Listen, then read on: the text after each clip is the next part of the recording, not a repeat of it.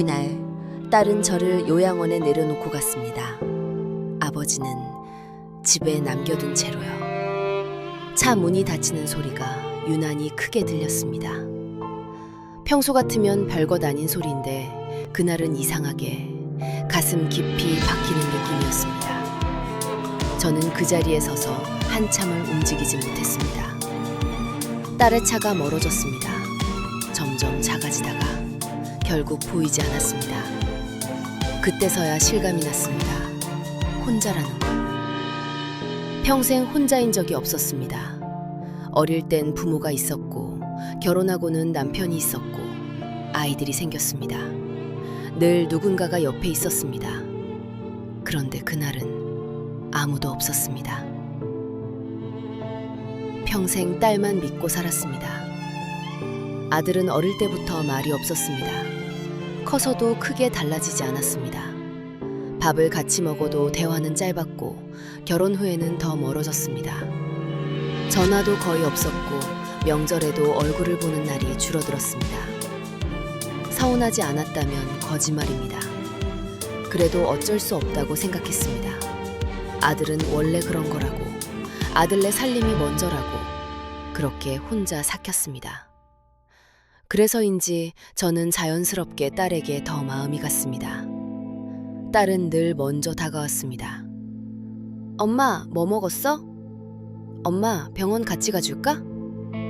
작은 말들이었지만 그 말들이 쌓이면서 저는 확신하게 됐습니다. 이 아이는 나를 버리지 않겠구나. 그 믿음 하나로 저는 노후가 두렵지 않았습니다. 딸이 옆에 있으니까. 딸이 있으니까 괜찮다고 생각했습니다. 남편한테도 말했습니다. 우리 딸이 있잖아요. 걱정 마요. 남편이 고개를 끄덕였습니다. 그때는 둘 다 믿었습니다. 그 아이를. 그런데 어느 날부터 딸의 말이 조금씩 바뀌기 시작했습니다. 엄마, 혼자 있으면 위험해.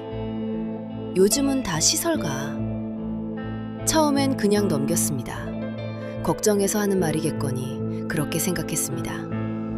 하지만 그 말은 반복됐습니다. 전화를 해도 밥을 먹어도 항상 그 이야기였습니다. 엄마, 좋은 데 있어. 거기 가면 친구도 많고 프로그램도 있어. 말은 따뜻했지만 어딘가 서두르는 느낌이었습니다. 왜 이렇게까지 말할까? 딸의 눈이 달라졌습니다. 예전에는 저를 보면 눈가가 먼저 웃었습니다.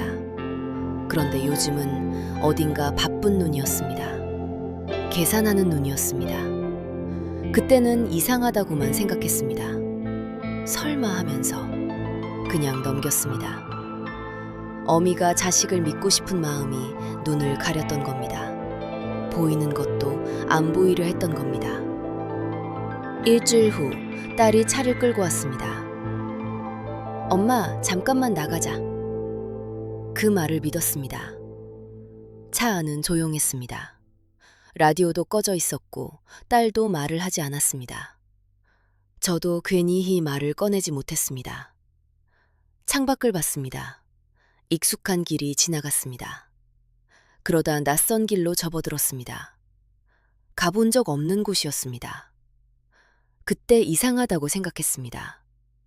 잠깐 나가자고 했는데 왜 이 길로 가는 걸까?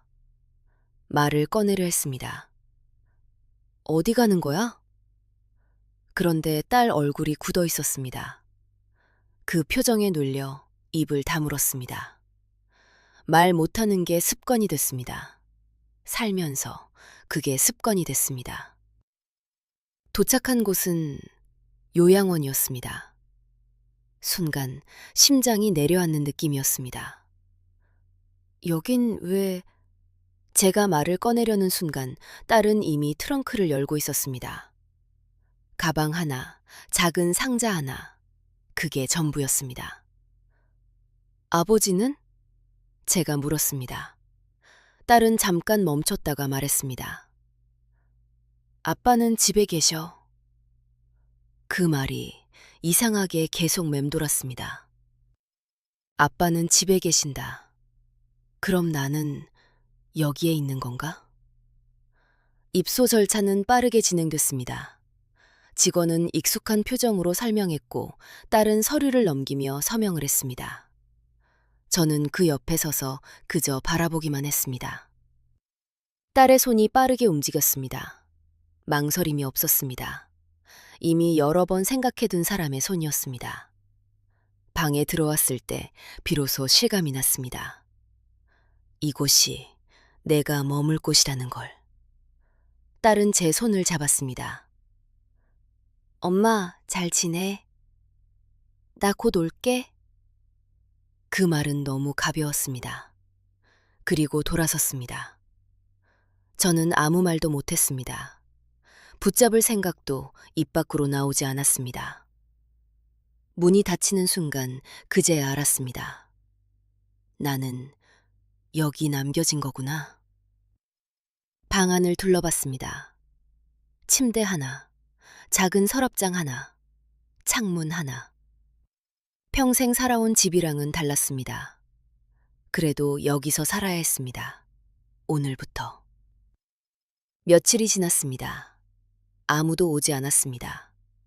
전화도 없었습니다. 처음에는 기다렸습니다. 오늘은 오겠지, 내일은 오겠지.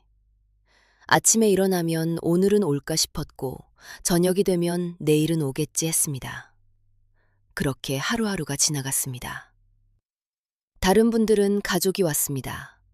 손을 잡아주는 딸이 있었습니다. 과일을 깎아주는 며느리가 있었습니다. 저는 그 모습을 멀리서 봤습니다. 보다가 창밖을 봤습니다. 하지만 시간이 지날수록 그 기대는 점점 사라졌습니다.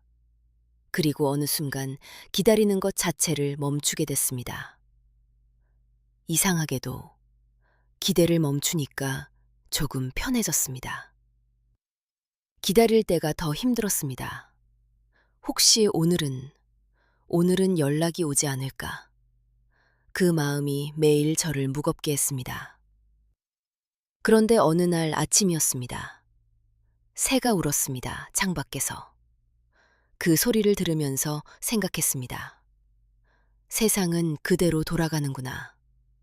딸이 오든 안 오든 새는 울고 해는 뜨는구나. 어느 날 직원이 저를 불렀습니다. 어머님, 확인하실 게 있습니다. 서류를 내밀었습니다. 집이었습니다.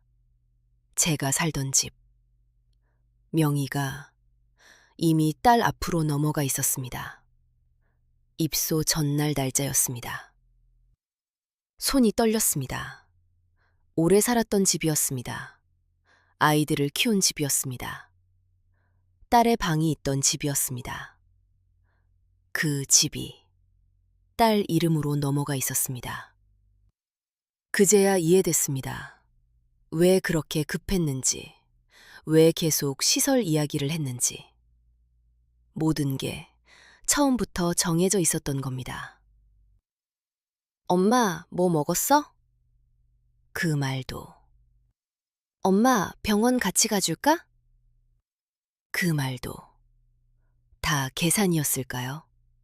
아니면 처음엔 진심이었는데 어느 순간 달라진 걸까요? 모르겠습니다. 이제는 알고 싶지도 않습니다. 그냥 다 내려놓기로 했습니다. 집도, 믿었던 마음도, 배신당한 서러움도 다 내려놓기로 했습니다. 들고 있어봤자 저만 무거우니까. 며칠 후 딸이 다시 왔습니다. 아무 일 없다는 얼굴로. 엄마, 잘 지냈어? 저는 딸을 한참 바라봤습니다. 예전 같으면 반가웠을 겁니다. 달려가고 싶었을 겁니다. 하지만 그날은 아무 감정도 들지 않았습니다. 딸은 웃으며 과일을 꺼냈습니다.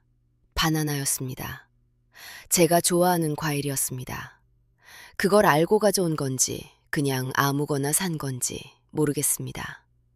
이제는 알기 때문입니다. 나는 선택된 사람이 아니라 정리된 사람이었다는 걸. 딸은 웃고 있었지만 그날 이후로 저는 더 이상 그 아이를 기다리지 않습니다. 기다린다고 달라지는 것도 없고 기다리다 상처받는 것도 지쳤습니다. 그냥 살기로 했습니다. 여기서 오늘 하루를 살기로 했습니다. 창밖에 나무가 있습니다. 봄이 오면 꽃이 필 겁니다. 그 꽃이나 봐야겠습니다. 딸이 오든 안 오든 저는 저대로 살겠습니다. 아침에 일어나서 밥을 먹고 창밖을 보고 그렇게 하루를 살겠습니다. 그게 지금 제가 할 수 있는 전부입니다. 그래도 괜찮습니다. 살아있으니까. 오늘도 살아있으니까.